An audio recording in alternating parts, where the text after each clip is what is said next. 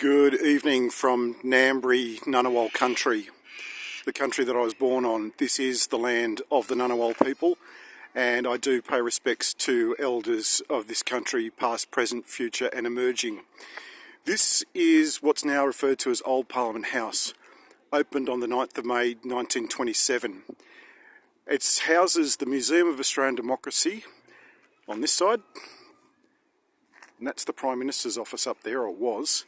And one of the many stories within this house is the fact that Prime Ministers used to work up in that office through that very thin glass, sometimes late at night with the lights on, and Americans shuddered at the thought that the leader of the country would be in such a vulnerable position. So Museum of Australian Democracy, I worked here from I'm going to say April 2011 through till November 2011.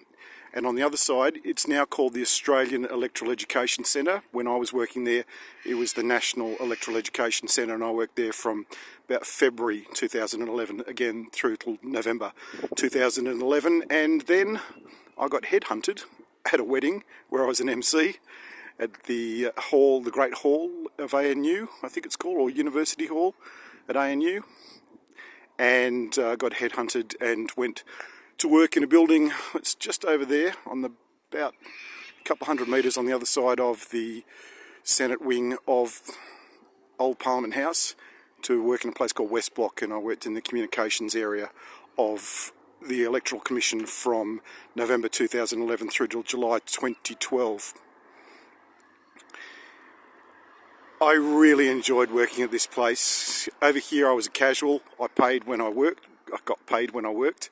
And if there were public holidays, sometimes we'd still work on public holidays because school groups from other cities, from other towns, from other states, territories would come through.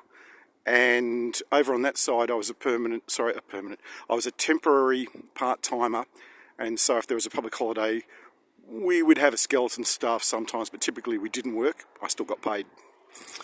I won't go up there now, but one of my favourite sites, or my favourite views in Canberra, home of my birth, was to stand at the top of those stairs where on the 11th of the 11th, 1975, lest we forget, the Whitlam government was dismissed. Well, not on those stairs, but that's where Gough Whitlam gave his famous speech. Well, may we say, God save the Queen, because nothing will save the Governor-General. I won't go up there for a couple of reasons. One is, it's late, it's after hours, security guards are probably watching me through the cameras thinking, what's this guy doing? Also, is he going to be sleeping here tonight? No. One of the other reasons is it's a beautiful view straight down the Mall's on the other side, and it runs up to current Parliament House. And I'll go for a look up there tomorrow or Tuesday as well. One of the reasons is it runs all the way up there to Mount Ainslie, which you can see at the top, over the back of, you can't see it because I'm quite deliberately obscuring the view of the War Memorial. And the reason for that is it's got two massive cranes up there because they're doing $500 million, I think it is, or possibly more, of renovations. They're ruining it, in my perspective. I don't particularly have a massive interest in the history of our military history. I have a fleeting interest, but not massively. I've been to the War Memorial, I'd say half a dozen times. But I don't want to show you that view with the cranes there because it's a little bit sad. But one of the things about living in this country that I detest is when people say, I'm going to call them the Aussie Oys. They say, oh, I'm proud Australian, I'm proud to be Australian, and typically what they're saying is I'm proud to be a white Australian. But one thing that I am proud of, and when we used to do lights have changed colour. You can't see it, but they've gone a lilac-y shade. One of the things that what we do at the start of every single class group that we take through the Museum of Australian Democracy is, first of all, we do an acknowledgement of country. It's not our place as white people to do a welcome to country. We do an acknowledgement of country, much as I did at the start of this little video.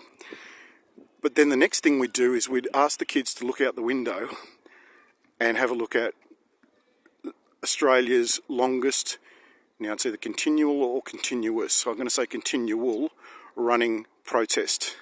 I think it's 1972, don't quote me on that, that the Aboriginal Tent Embassy has been on these grounds. So work that out, 51 years. Again, don't quote me on the dates. I'm proud of the fact that even though there has been resistance from the government, sometimes resistance from the people, that the Aboriginal Tent Embassy still stands today. It's looking pretty schmick too, by the way. And if you go to overheardproductions.com and look up Tent Embassy, you can read an article that I wrote back in 2014 about my thoughts on the embassy and my discussion with one of the guys that was looking after the place at the time.